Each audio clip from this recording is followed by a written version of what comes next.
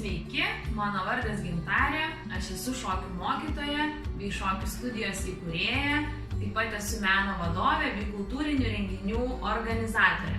Tai mano verslo kelias prasidėjo tuomet, kai mokiausi universitete ir berods 2 kurse pradėjau atlikinėti praktiką naktiniame klube. Ir atlikinėdama praktiką sumąsčiau, kad galbūt galėčiau nuomotis klubo patalpas ir vakarais vesti šokių užsiėmimus.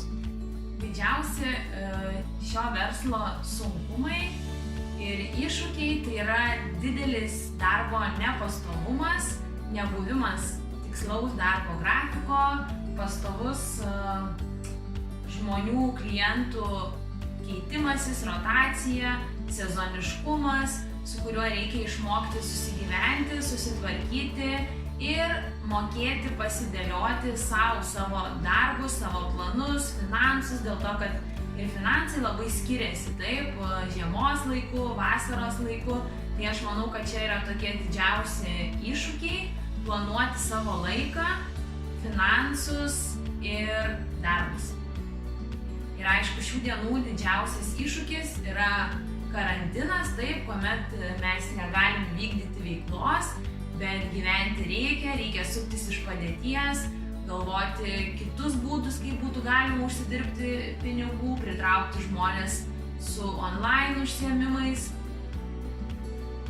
Tai to mažojo verslo pradžia iš tikro buvo gan paprasta, galbūt paprasta dėl to, kad aš į viską žiūrėjau labai paprastai ir nežiūrėjau kaip į didelį verslą.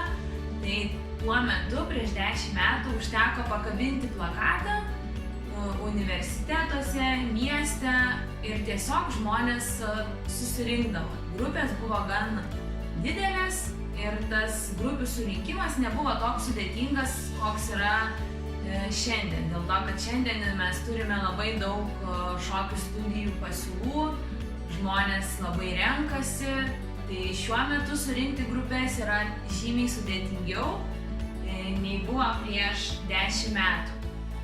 Viso verslo kelyje labiausiai mane palaikė mano klientai, dėl to, kad aš visada jaučiau, kad žmonėms tikrai patinka mano pamokos, grupės būdavo visada pilnos, visi džiaugdavosi, rašydavo atsiliepimus. Tai iš tikrųjų manau, kad labiausiai mane palaikė klientai, kuriems tos pamokos tikrai patiko ir kažkaip aš labai anksti supratau, kad čia yra tas mano kelias ir didžiausi mano pasiekimai yra nuosava šokių studija, kurią įkūriau prieš 4 metus ir ėmiausi visos studijos organizavimo, valdymo ir kitų dalykų pati. Tai manau, kad tai yra didžiausias pasiekimas - žengti tokį žingsnį ir būti atsakingai pačiai už save ir galbūt net kitus.